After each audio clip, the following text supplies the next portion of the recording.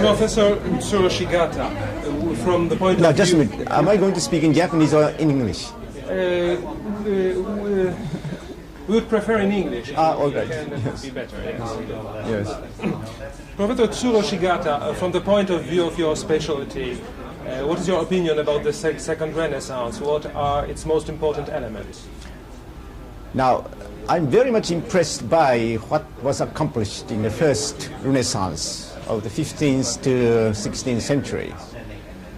But I'm not quite sure if I can really grasp the important elements in the second Renaissance, although I can contrast the present tendencies with the period of the first Renaissance in a number of important respects, such as scientific industrial revolution, as I call it, where science has gone into the heart of industries. That is quite remarkable. That is one point. The second is in contrast to the rise of nation states in the period of the first Renaissance, we now have internationalization of economic institutions, and especially the multinational corporations are spreading all over the globe, especially in non-socialist countries. Thirdly, as Club of Rome pointed out some years ago, the limits to growth in the physical sense are with us now. There are certain theoretical difficulties with the book which Club of Rome published. I think the major message there is incontestable. Fourthly, I see a changing awareness in the minds of men for the appreciation of the quality of life, type of values which cannot be bought and sold in the market. And I think the emphasis on this quality of life is going to be more and more marked in the years to come. But at the same time, I must warn that I'm afraid of two things which are with us now. One is a threat of nuclear conflicts. Second is the widening gaps between the economic conditions of the less developed countries and developed ones. These two, somehow we have to wrestle with before we can speak of the positive values which may come out in the second Renaissance. But now, the fact that this Congress is organized in Tokyo means... Yes.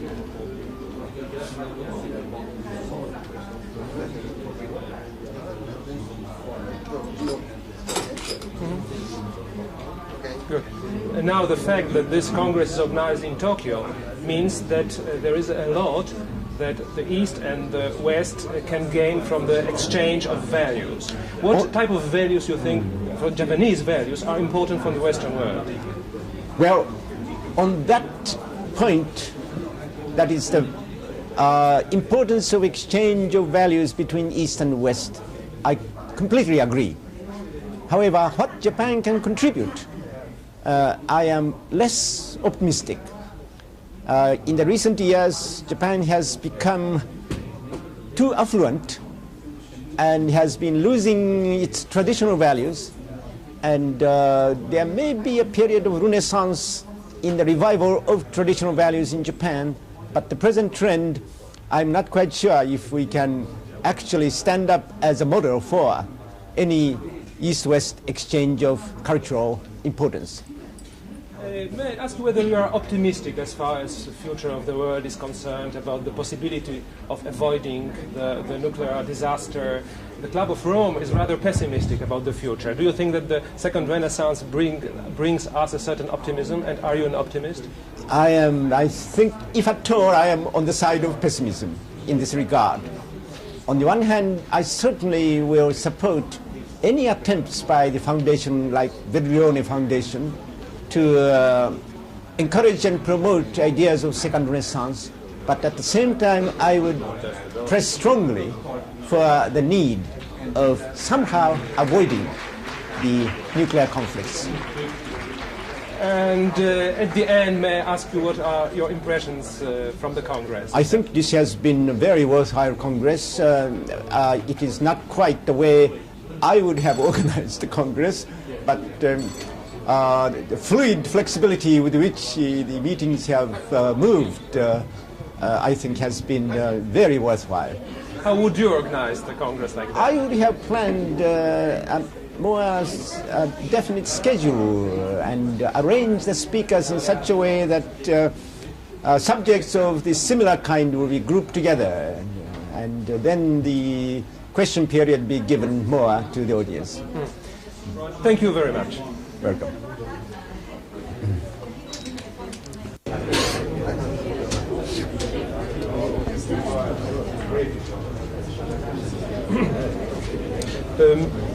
Monsieur Nada, votre discours lors du congrès avait été très intéressant. Est-ce que vous pourriez souligner les points les plus importants? J'ai parlé de langage des Japonais, et surtout l'utilisation des langages, des mots étrangers et dans la langue japonaise. N'est-ce pas? Et par exemple, les Japonais importent beaucoup de mots, pas de grammaire étrangère, mais beaucoup de mots étrangers. Et ils utilisent dans le contexte grammatical japonais et des mots étrangers.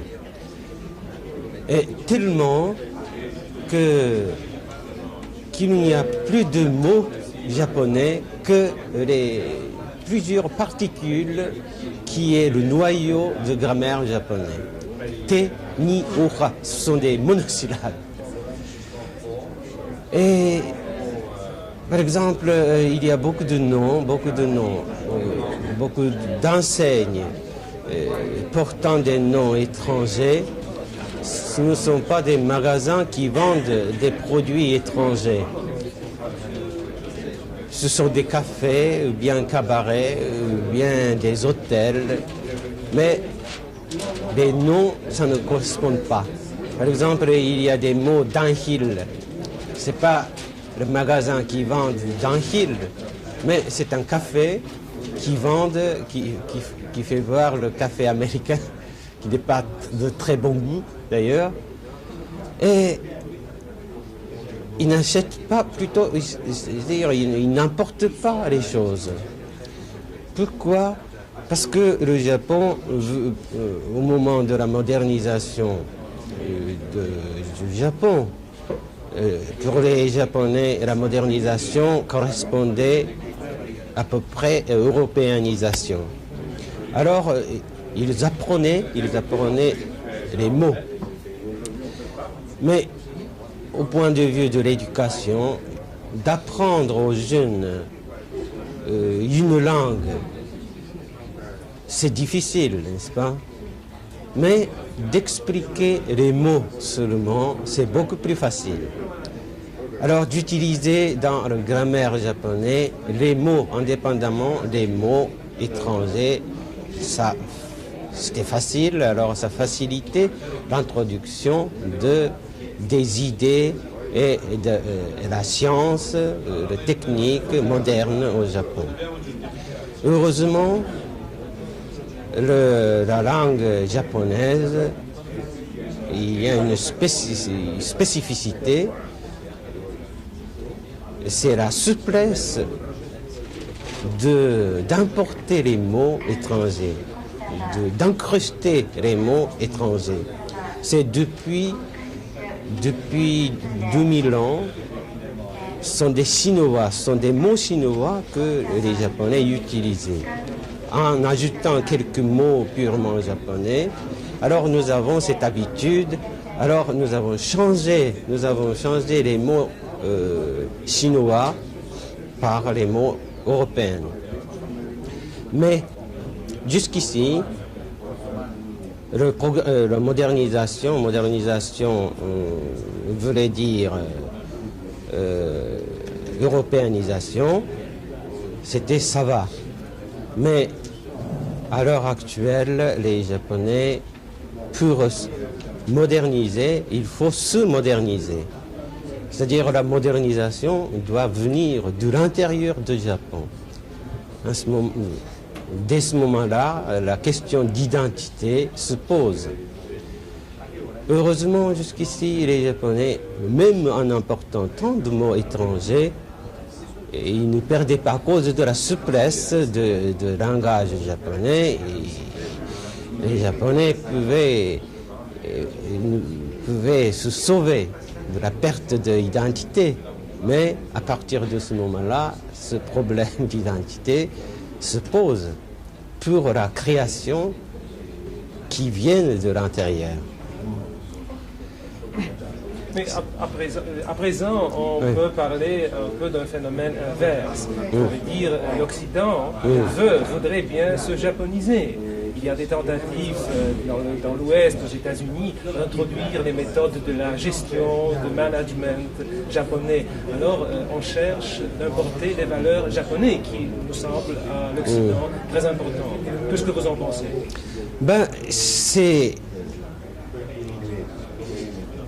Il ne faut pas penser, c'est-à-dire c'est l'économie.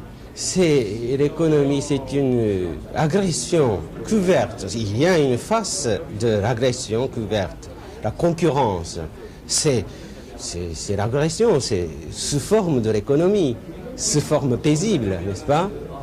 De battre l'autre compagnie et si à cause de la perte de la concurrence, s'il y aura des chômeurs, ça provoque une sorte de famine, n'est-ce pas? Alors,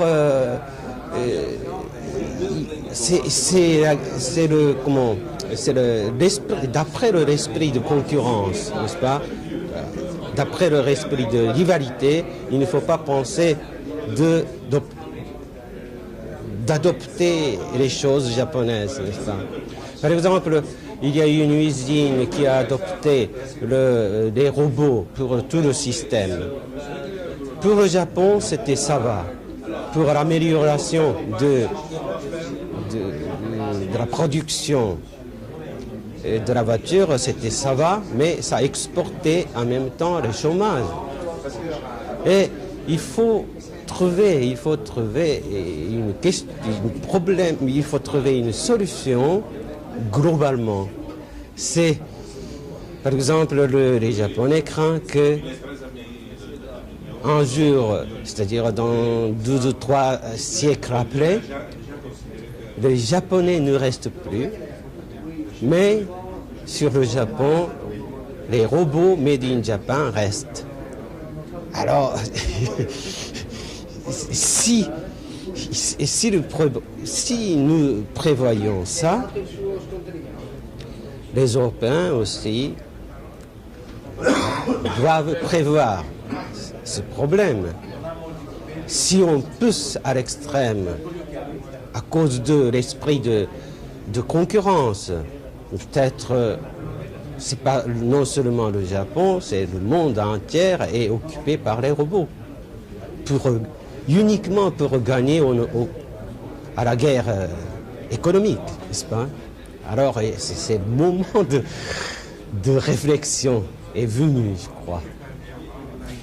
La deuxième renaissance, qu'est-ce que vous en pensez? Est-ce que pour vous c'est une chose qui déjà existe, qui naisse, ou un projet pour l'avenir? Et quels sont ces éléments les plus importants? On ne sait pas.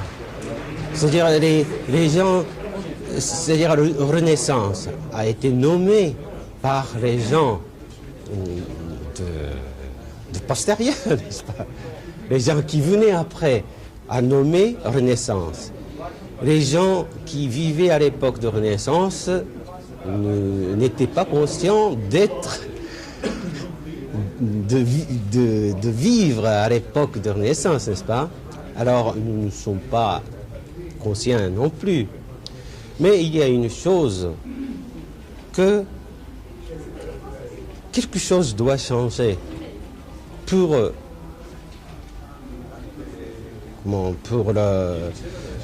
que le monde existera pour toujours.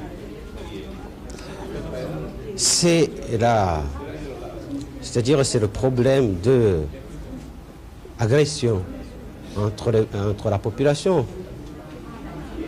Parce que l'agression, ça reste toujours dans soi. Et puis, ça se transforme par plusieurs actes. Même dans les actes économiques, l'agression se transforme, n'est-ce pas? Alors, la concurrence économique, c'est une sorte de guerre économique, presque. Et idéologie aussi. Idéologie, ça réunit les hommes, mais en même temps, il fait opposer aux ennemis en croyant la mort est valable pour quelque chose. Et le patriotisme, c'est la même chose. Dans tous les domaines, les hommes ont perdu le principe de la solidarité sans être agressif contre quelque chose.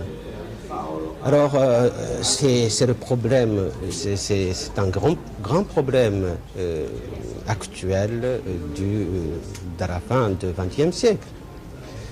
Et je crois que la science la conscience, n'est-ce pas, science du cœur, puisse apporter quelque chose pour conquérir le problème de l'agression humaine.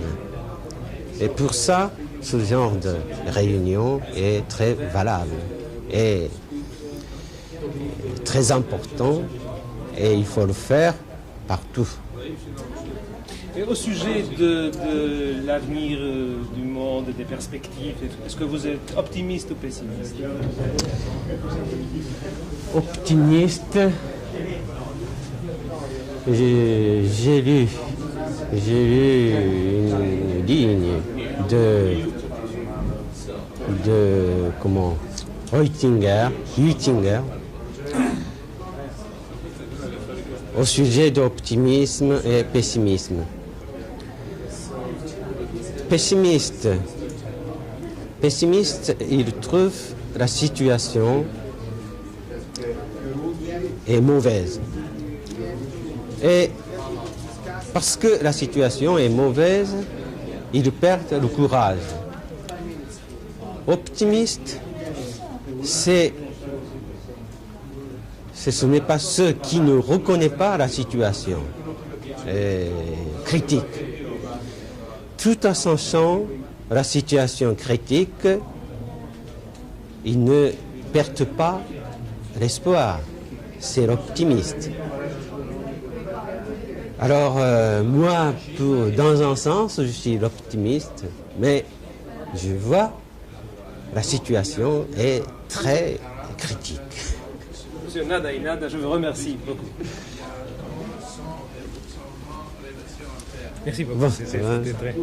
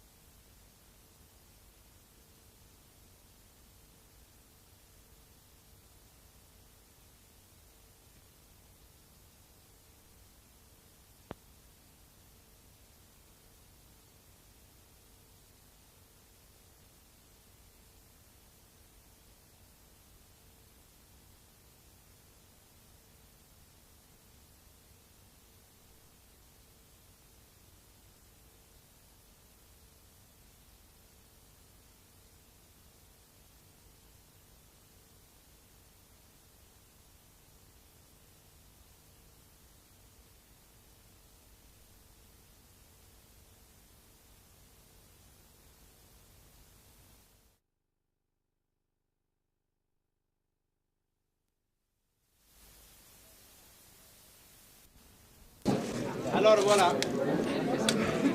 Ah. Alors, je pose à nouveau la question. Comment vous, qui venez de Budapest et donc d'un des pays de l'Est, vous avez pu trouver ce congrès à Tokyo? C'était une grande surprise pour moi, ce congrès, parce que dans la mesure où je participe de temps en temps au congrès scientifique, s'il y a une dizaine de pourcents des interventions qui sont intéressantes, c'est déjà un événement pour le congrès. Or ici, j'ai trouvé qu'une cinquantaine de pourcents des interventions étaient tellement intéressantes qu'à mon malheur, je quitterai Tokyo sans presque rien voir à Tokyo parce que j'ai passé tous ces 3 jours à écouter, qui est un désastre. Parfait. Merci. Merci.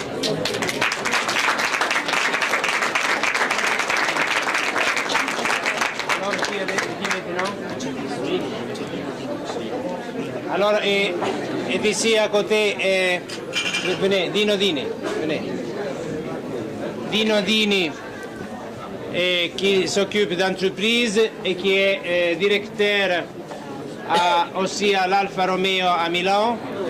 Alors, évidemment, il a participé à beaucoup de congrès concernant l'industrie, l'entreprise, la gestion, mais peut-être jamais un congrès tel que celui-ci. Je pense que le congrès, c'est un succès du point de vue de l'internationalisation parce que c'est la première fois, je pense, que les Japonais parlent avec le cœur à la main et toutes les personnes qui ont participé ont pu connaître en 3 jours beaucoup de choses, beaucoup plus de choses que des personnes qui travaillent ici au Japon avec les Japonais en plusieurs années.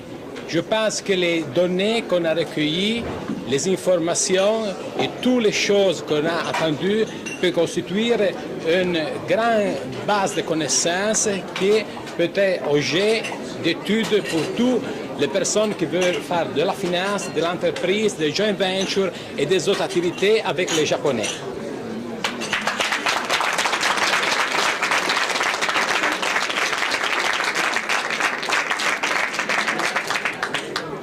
Alors, il y a beaucoup d'amis dans cette salle.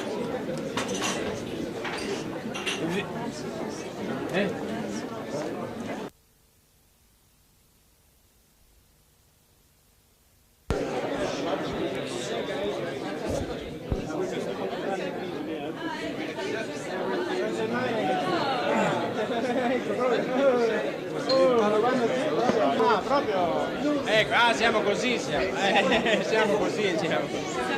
così. Ok, benissimo, perfetto. Bene.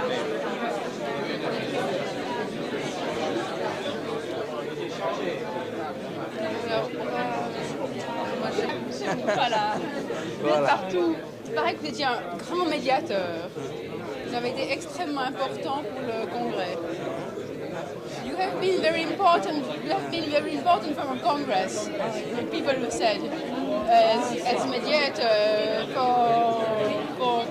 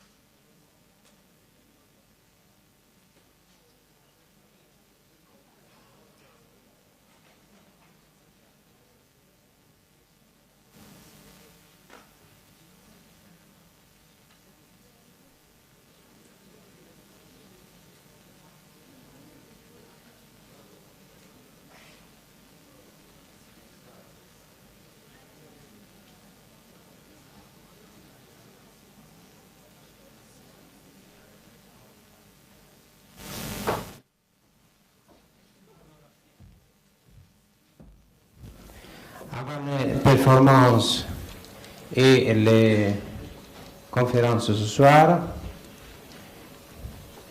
l'inauguration de la soirée qui est une soirée à l'enseigne de Vinci, et l'exposé de Augusto Marinoni qui s'est occupé de l'exposition de Léonard de Vinci.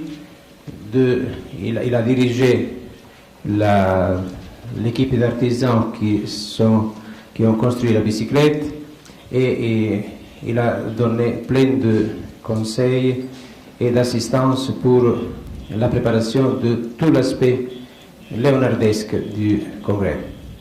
Alors, il a lu, déchiffré et transcrit et publié certains des codes de Léonard de Vinci, et les livres de Léonard de Vinci se trouvent exposés, je suppose, par là, non? Non, par là. Donc, sont à côté des masques. C'est-à-dire que sur ma gauche, il y a des instruments de musique et la bicyclette. Et ici, ce sont des dessins, mais ce sont des coutumes à partir de dessins ou à partir de tableaux de Léonard de Vinci. Donc les livres sont ici derrière les masques.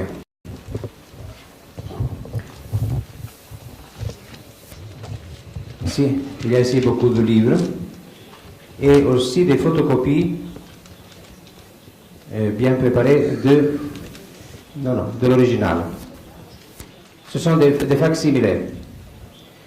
Alors, tandis qu'ici, ce sont des masques de la comédie de l'art. Comme ça, c'est tout à fait différent du théâtre.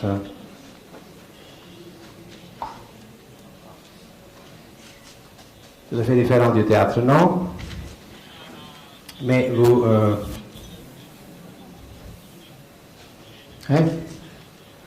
ça, c'est... Je ne sais pas pourquoi j'ai pris celui-là. Ce masque, il y en a d'autres. Et ils ont été préparés par Tori. Ce sont les différents masques de la comédie de l'art.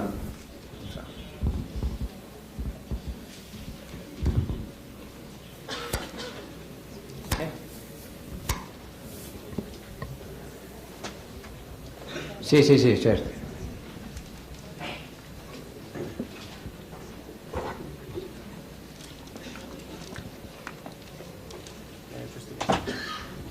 Évidemment, c'est un masque grandi. La mesure exacte des masques est celle des autres masques qu'il y a là. Ici.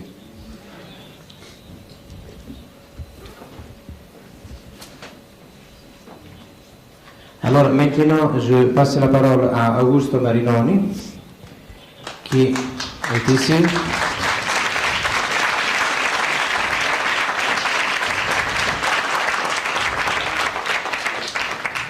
Et qui est donc le léonardiste par excellence.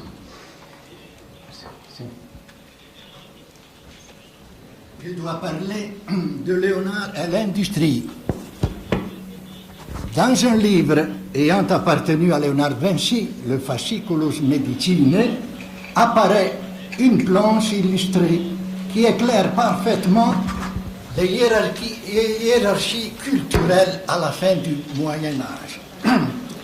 Elle représente une leçon d'anatomie. Hanno le maître, assis en chair, devant un livre ouvert de Galien ou d'Hippocrate, enveloppé dans sa toche, la tête couverte, entouré de ses élèves pareillement vêtus. Plus bas, au contraire, sur une vaste table, est étendu un cadavre, près duquel un homme lève un gros couteau. C'est le barbier qui a pour tâche de sectionner le défunt pour offrir aux étudiants la démonstration pratique de tout ce que c'est en train d'exposer. À la différence de tous les autres, lui ne porte ni la toche ni la toque. il est vêtu en homme pratique, un travailleur, de choses qui lui adhèrent au corps jusqu'à la taille. L'opposition entre arts libéraux et arts mécaniques ne pouvait mieux être représentée. Le tenant de la chair est aussi celui d'une culture livresque que lui-même transmet aux élèves en lisant et commentant le texte classique de la science antique. Que tous nous attendons avec impatience les performances, je serai très brève. Je voulais vous raconter le roman de l'Asie à Paris, ce sera pour une autre fois. Je voudrais vous parler de quelque chose qui nous concerne tous, naturellement, mais surtout, toutes, c'est le vêtement. Qu'est-ce que c'est que le vêtement? C'est le langage du corps. Autrefois, c'était aussi, nous le savons, un code social. Il y a longtemps que c'est fini. Il n'y a plus d'ouvriers en casquette, de dames distinguées qui se mettent un chapeau et de dames pas distinguées qui sortent en cheveux, comme on disait. Maintenant, le code social est aboli, mais je crois que le code du corps se dit davantage encore. Le vêtement dit deux choses différentes. La première, c'est l'expression de l'image de soi pour son miroir. Et traditionnellement, bien sûr, étant donné qu'on a toujours élevé les femmes dans l'idée que le vêtement était d'une importance primordiale, les femmes ont un amour, je dirais, un amour corporel et nécessaire pour ce qu'elles revêtent. Et détester ses vêtements, détester s'habiller, c'est le signe d'un désamour profond de soi qui peut parfois devenir dangereux. Mais c'est aussi le code de l'image de soi que l'on projette vers l'extérieur, pour autrui. Je m'habille pour que vous me voyiez telle. Et c'est pourquoi, je pense, c'est très important de savoir ce que devient une mode et ce dont elle est signe. Or, en ce moment, toutes les modes convergent à Paris et celles et ceux qui viennent de Paris ou qui l'ont traversé le savent bien, convergent vers le Japon. C'est assez extraordinaire parce que, par exemple, au théâtre, on monte de nouveau le Coq d'Or de Rimsky-Korsakov qui avait été lancé avant la Première Guerre mondiale par Diaghilev, un Russe. Et qui est-ce qui fait la mise en scène, les costumes du Coq d'Or? Un Japonais dont le nom est, attendez, je vais le prononcer très mal, Enosuke Ishikawa. Son grand-père était un grand maître du kabuki et il avait vu le Coq d'Or de Diaghilev à Londres. Donc le Coq d'Or est naturalisé japonais. Il y a une exposition de photos japonaises, il y a beaucoup de moments artistiques où le Japon est présent, mais surtout dans le vêtement, il se passe en ce moment quelque chose d'assez extraordinaire parce que la mode avait jusqu'à présent trois inspirations, la française, l'italienne, la britannique. Et voilà qu'une quatrième influence vient se mêler et en cette saison même peut-être écraser les autres, c'est l'influence japonaise. D'abord, vous le savez sans doute, plusieurs stylistes japonais se sont installés à Paris et ils sont devenus extrêmement célèbres. Vous savez aussi qu'une maison très à la mode à Tokyo, Comme des garçons, ça s'appelle ainsi à Tokyo même, Comme des garçons, a eu un immense succès avec sa présentation complètement décodée, complètement, comment je dirais, en dehors de la mode, se voulant en dehors de la mode à Paris. Parce que, Comme des garçons, suit cette tendance qui privilégie le style sur la mode, le look, comme on dit en français, en franglais.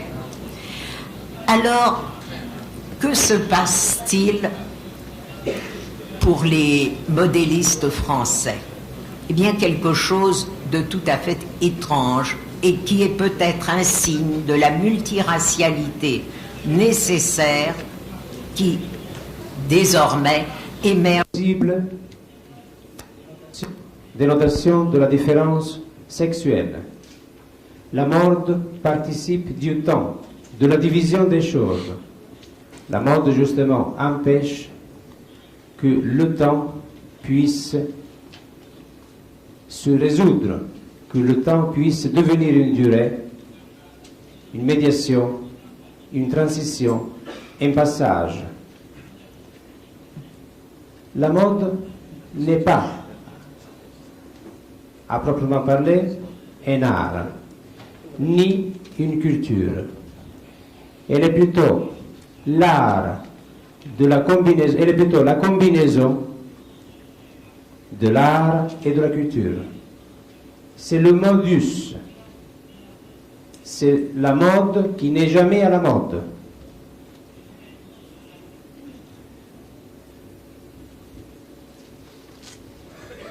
C'est donc ce qui répond à la question comment s'écrivent les choses. Pour que les choses s'écrivent, il faut qu'elles adviennent. Il faut qu'il y ait de l'industrie, de la structure originaire des choses. La mode, donc, c'est l'indice de l'industrie, proche de la sexualité, proche de la logique de l'automate, de la logique de la division des choses, de l'arithmétique du temps. Elle assure qu'il n'y aura jamais d'harmonie, qu'il n'y aura jamais de communauté comme telle. À chacun sa mode. Ainsi qu'à chacun sa logique et à chacun son industrie. Chacun naît dans le mythe pour renaître dans le langage. Donc la mode n'est pas proprement un style. Le style, c'est la rigueur de l'objet, c'est la rigueur du point. C'est plutôt la peinture qui s'occupe du style. Et tout ça juste pour introduire quelque chose. Alors,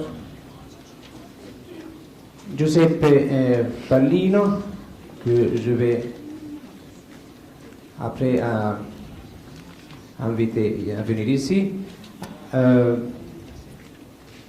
construit des coutumes à partir des tableaux de Léonard. Alors, oui.